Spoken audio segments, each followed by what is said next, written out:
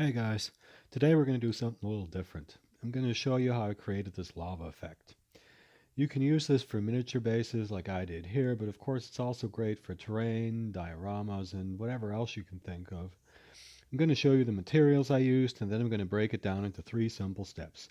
It's actually really easy to do. Here's what we need. First of all, of course, something to paint on, like this Warhammer base that I used for this tutorial, but it'll work on just about anything really. We need a bright orange color for our midtones. I'm using Fire Dragon Bright. We need a darker orange color. This is Squig Orange. We need a really bright yellow color, like say Flash Kids Yellow. We need a white color, like White Scar. And we need a black color. This is Abaddon Black. I'm using Citadel paints because it's what I have and they're easy to use, but really just about any water-based acrylic color is going to work. We're also going to be using Martian Iron Earth, which is also something that I'm using because it's what I have, but these paints that shrink and then crack after they dry, this is actually something you can also just get at the craft store, so you don't have to use Citadel products for any of this. I'm also going to be using this big brush and a smaller brush that won't come off the... Here it is. Brush that won't come off the table. It's something like that you've used for a while and that's all frayed and raggedy, preferably. It'll actually work much better. This used to be a flat edge brush and now it's just sort of undefined, shapeless, but this is perfect. We're also going to be needing a cosmetic sponge or just a shred of it. And that's it. Let's get started.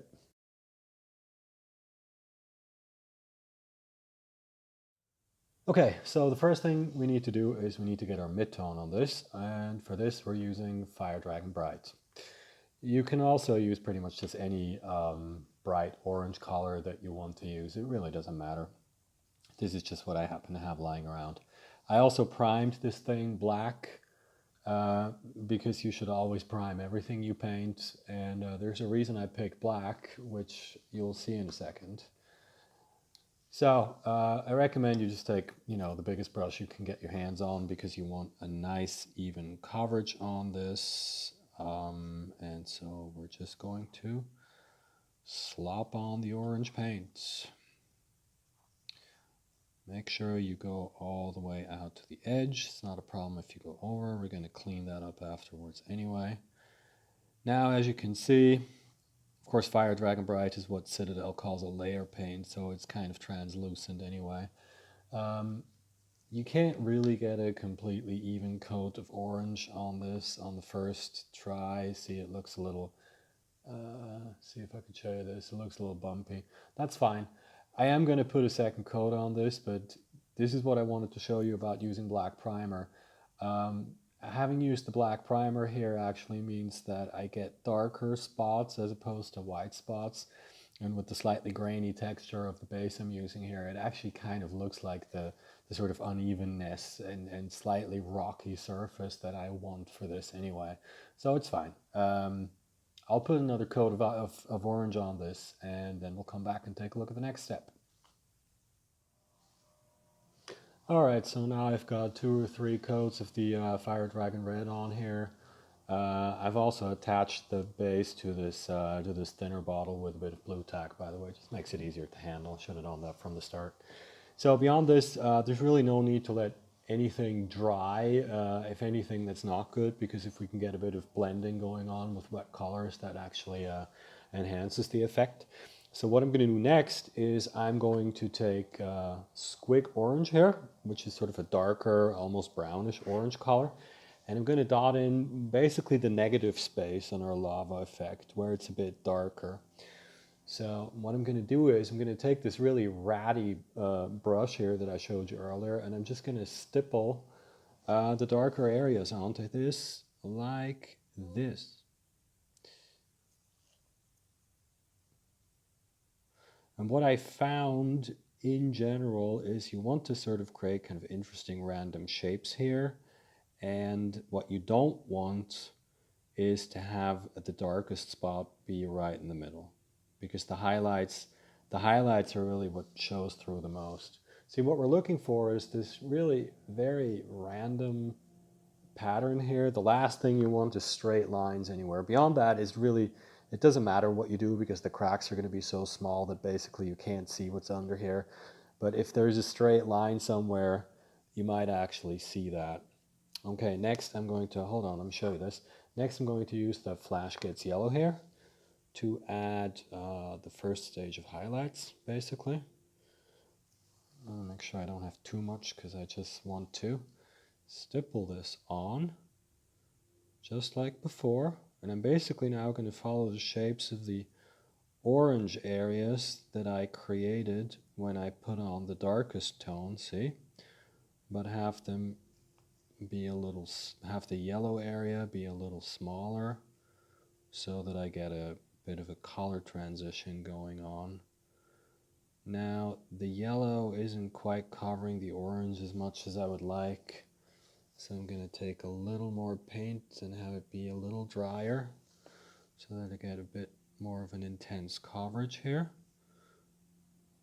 Also gives me some additional randomness, of course, because now I actually have two yellow tones going on, which is great. That's great. That's exactly what we want. Randomness, color variation. Okay, that's good enough. Quickly clean the brush a little. There's no need to be super anal about cleaning your brush, really. You want these colors to blend together anyway. And as my final color, I'm going to take the white scar that I mentioned earlier, and I'm just going to dot in a few select highlights. You want to be very moderate with this because the white spots you'll see afterwards, that's what really shows through once the Martian Iron Earth is on here. Same as before though, probably because everything is a bit wet and slushy. I'm not quite getting the coverage I would like. So using the corner of my brush now, like that, just dotting in a little more white, just so that I have really small pronounced highlights just in a few places. Okay, now it looks like this basically, and that's great. That's great. That's all we need. Now we need to wait for this to dry. To be honest, I don't quite know how long the drying time is that you need with these paints until you can put the Martian Iron Earth on there, but I'm a scale modeler, and we scale modelers tend to be a little bit anal about our drying times. So I'm going to let this sit for about an hour until I'm sure it's completely dry, and then we'll move on to the next step.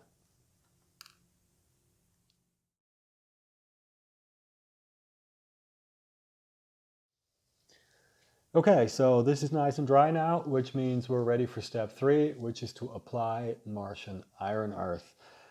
Martian Iron Earth is, it's a paint that cracks when it dries. You can get similar stuff at the hobby store, probably for cheaper. I'm using this because it's what I have lying around, and also because this particular color actually lends itself really well to what we're going for here.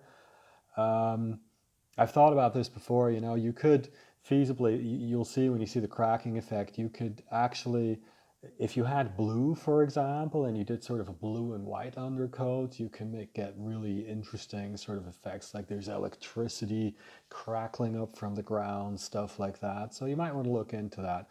We're doing lava though, and for lava, dark orange is actually perfect.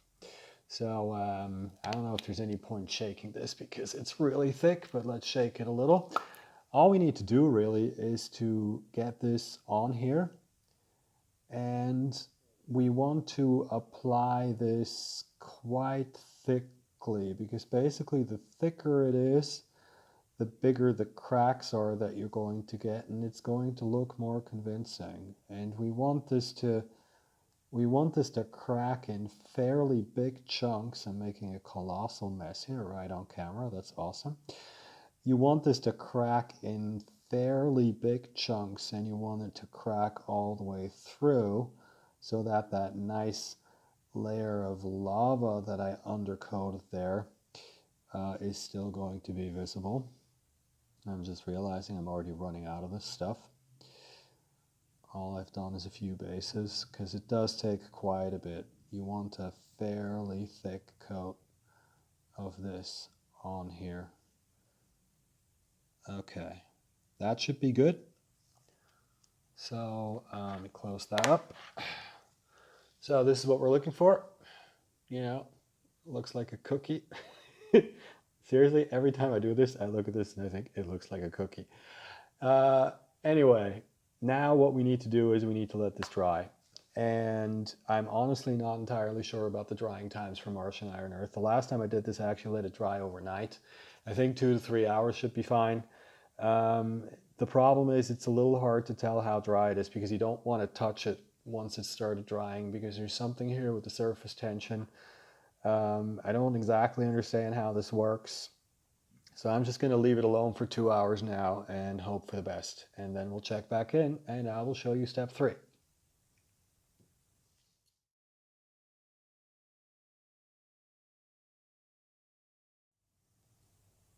So this has now had about 3 hours to dry, which is probably way more than it needs. And that means we're finally ready for the last step. And this is where the magic happens, really. I like doing this part because it's really going to start to pop now. We need a batten black straight from the jar, and we need this sponge. And what we need to do is, as you can see, this is now cracked nicely all over the place. Well, something white stuck to it here. This is cracked nicely all over the place. You can see if you look at it, you can see how the sort of the orange, yellow, white pattern that we painted underneath is showing up. But of course, because the Martian Iron Earth is this reddish brown color, it doesn't really pop, and it's not really the look that we want. So the problem here is that we need to paint this black without getting the black paint into the cracks. Now, full disclosure, you might have noticed there's a very similar tutorial on Warhammer TV where they also make a lava base like this with Martian Iron Earth, but the way they do it there is that they paint the black on the Martian Iron Earth before it cracks. And that's really difficult to do because you have to do it at the exact right moment and you have to do it in a way where you don't break the surface tension of the Martian Iron Earth. And I tried it once and frankly, it didn't work at all. So this part that I'm about to show you is actually what I then figured out, which is first, we're going to rip a little bit off of this sponge here. And we want a reasonably flat surface like I have here. Then we're going to shake, rattle, and roll the paint. And we need a paper tissue. We're going to dip this in here. The reason I'm taking this straight from the pot is because this technique is a lot like dry brushing. Because what we're going to do now is we're going to get rid of most of the paint that's on here. Really just wipe it off at first. And when some of it is still coming off, we touch it, kind of roll it up into a ball so we don't get edges, and then we touch it to the Martian Iron Earth very lightly. And now what you should be able to see is that as I'm doing this, you see the black only catches the top. It doesn't go into the cracks, and instead of just giving us a clean black surface, which is what you accomplish if you paint the Martian Iron Earth before it cracks, we get this kind of uneven black and red pattern, which actually really looks like scorched soil. And now all we have to do is to fiddle with this incessantly because we're clumsy when we're wearing gloves. All we have to do really is to keep doing this until we're happy with the amount of black that we have on here.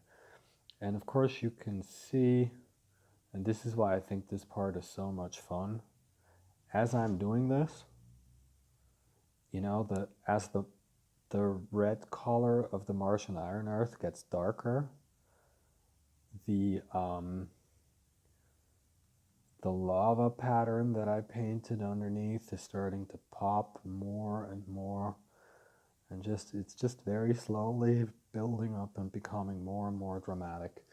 Okay, I'm gonna get a little more of the Abaddon black on my sponge because I want to darken this up some more. But you can already see, you know, because of the way that, let me see if I can get this to focus. Because of the way the sponge is slowly discoloring the Martian iron earth, you get this really interesting black orange mixed sort of appearance that, in my opinion, honestly, I like this better than just a plain black surface. It just looks more interesting. Okay. Now, again, you can pretty much just keep going for as long as you want. What I would recommend is that at the end, you touch it a little harder around the edge, just to sort of, it gives the whole thing a bit more of a finished appearance. Okay. Make sure you never stab down too hard. You see this here? This is where I went down a little too hard. And then that's what happens. I'll keep going a little. Oh, it's catching more. You see all this whole area? Now suddenly the cracks are showing up. Okay.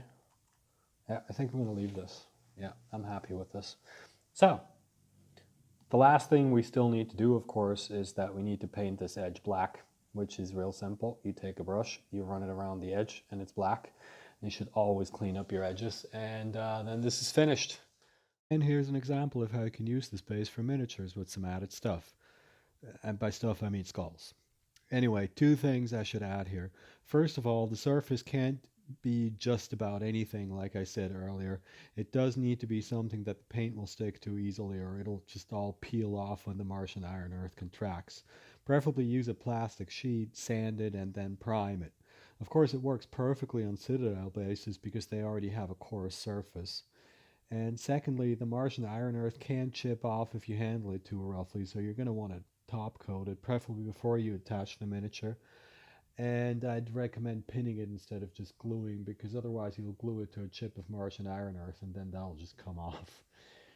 Anyway, as usual, I hope you had fun watching this because I had fun making it. Leave a comment if you have a question or know a better way to do this, and who knows, maybe I'll make more tutorials in the future. Thanks for watching, guys, and see you in the next one.